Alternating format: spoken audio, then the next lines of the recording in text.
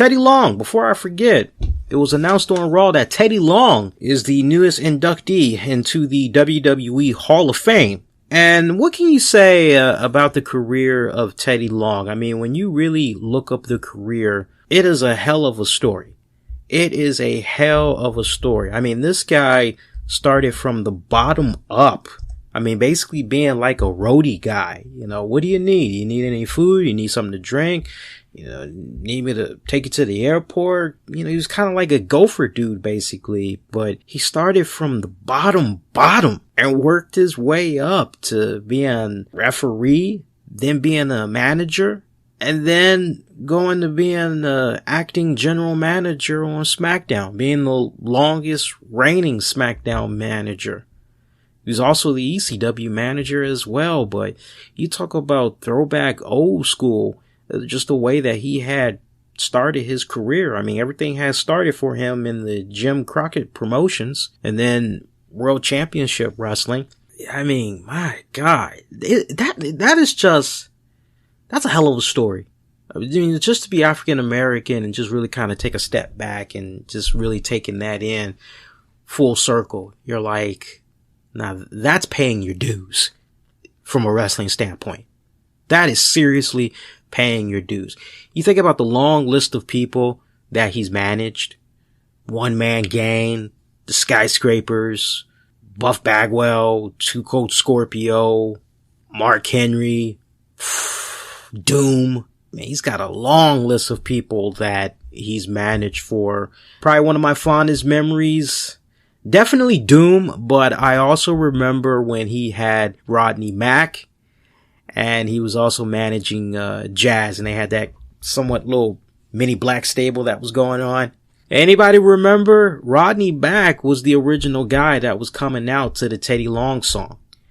And I guess, I don't know, maybe Jim Johnson felt that like, hey, Teddy, this song kind of like suits you. Why don't we like let you keep it? But that was originally Rodney Mack's song. I remember that. But, you know, I'm happy for Teddy Long. I really, really am. Here's a guy, when it's all said and done, graced with the opportunity to be involved in a hobby that he loved, in a profession that he came to love. He made a lot of great friends along the way. Really didn't make any enemies. From everything that I've been able to gather about him over the years, everybody that has said something about him in a shoot interview or whatnot, they've had nothing but like kind things to say about him.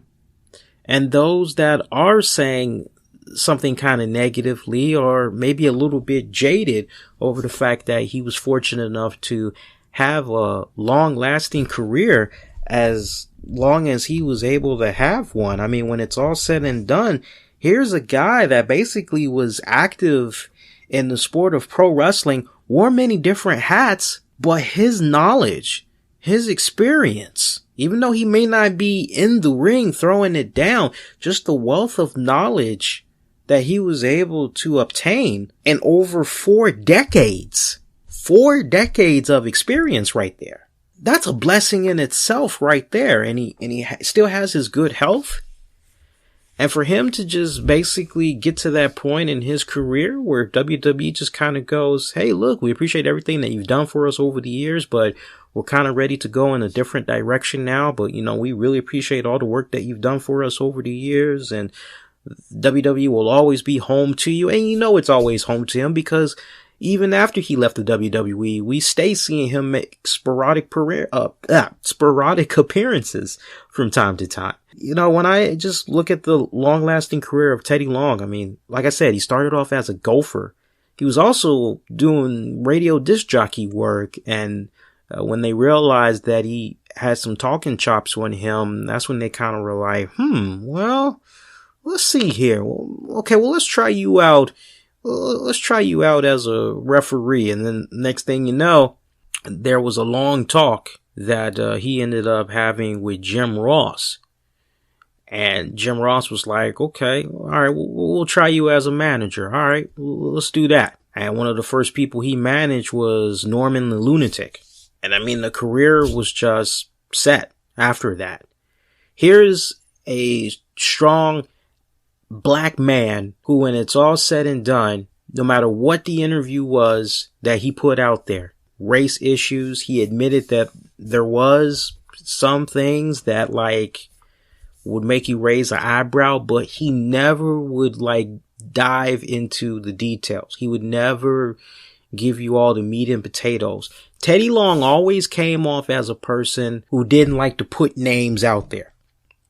Now, he comes off as an individual that would probably tell you some stuff behind closed doors and confidence that you wouldn't relay that information to anybody else. And he really has to be messing with you like that in order to drop those names.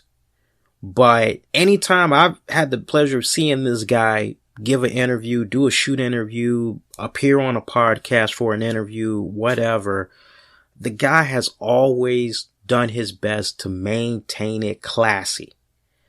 And that goes a long way when it's all said and done. You know, too many times, you know the game by now. We see a lot of individuals, once they cut ties with a company or whatever, they always got like all this shit that they spilling out there and they don't care. And it's kind of like, well, you should care. But Teddy has always been consistent over the years. Yeah, I was kind of toying around with the idea when I found out the news about his Hall of Fame induction that's forthcoming. Who could possibly induct him? Going over the list of names of folks that's living right now, and yeah, Y2J, Chris Jericho, he definitely jumped out at me. Undertaker had jumped out at me as well. I would really love to see the Undertaker, because remember, when Undertaker was Mean Mark Callis with Dan Spivey and Sid Vicious of the Skyscrapers, I'm kind of going, well, maybe the Undertaker for one night only. Then I started thinking, well, maybe Doom. Maybe Doom's Ron Simmons, Butch Reed. Maybe they can do it. Or maybe the One Man Gang. Maybe Johnny B. Bad, aka Mark Merrill. But then I was like, well, shit, what about for one night only? What about good old JR? What about Jim Ross? Who better than the guy that pretty much got him really freaking started? And WWE, JR, they've kind of gotten to that point where they're on talking terms again.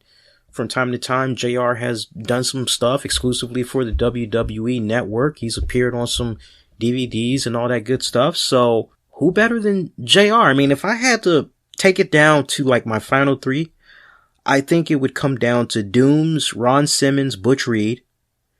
It would come down to JR. And I am eyeballing, it's a long shot, but if you couldn't get Undertaker, you gotta at least get Sid Vicious and Dan Spivey of the Skyscrapers. So we'll see how that plays out, but those are the three that I'm really looking at right now as far as like who could possibly induct him, especially if they say to Teddy, hey, so who would you like to induct you?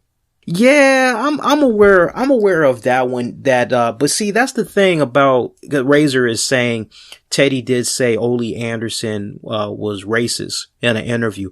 I do recall that, but that's a different case, Razor. And the reason why that's a different case is because there were so many well-known, outspoken, very respected, highly respected, wrestlers, not to mention wrestling personalities that also echo the same thing, the same sentiment. And you know what they always say, when you got like more than 5 people that are saying the same thing, okay, it ain't no coincidence. It ain't people just ganging up just to be ganging up. You know, they're speaking the gospel. And I think in the case of Teddy Long saying what he said about Ole, he wasn't saying anything new that X amount of people didn't already say. So even at that, when you still just overall, and you look at the interviews that he's done over the years, Teddy has always come off as an individual. And that's really the main spectrum I want to bring to you guys to really home in on. Teddy doesn't do like some of these other people that may prematurely leave a company when they weren't good and ready. Basically, the rug was pulled out from under them and they basically are spewing a whole bunch of shit. You know, they're being mad, they're being bitter.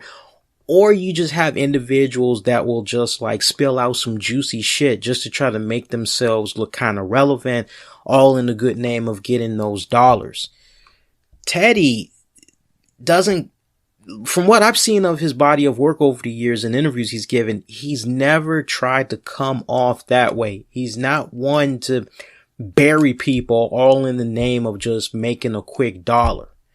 To the point that if he does, to the point of Ole Anderson, if he does say something, there is some stuff behind it. It's not just, oh, well, we got to take what he said at face value because, and in a case like Ole Anderson, everybody and their mama pretty much was saying, oh, Ole's a racist motherfucker. So for Teddy Long, as a black man, to say, yeah, he kind of was, you know, he kind of was a little, that's not anything new. But even at that, just when you really stop and think about it, Teddy's always been pretty classy. He's always been very professional. And see, this is the bigger picture that I want you all to really grasp, which is this in a nutshell. You make less enemies when you go to work. You do what you need to do. You do your work to the best of your ability. And as a result of that, you not only gain confidence in yourself, but you gain the confidence in your superiors and your peers. And with that comes respect. And as long as you are treating everybody the way that you want to be treated, which is with respect, you're coming to work, you're upbeat, you are classy, you're outgoing, you're being very friendly. Even when sometimes you could be having a really bad day and somehow you always manage to keep it upbeat, you manage to keep it professional, you are able to keep it classy, I guarantee you ain't gonna make no enemies. When a motherfucker brings up your name, oh, Lee?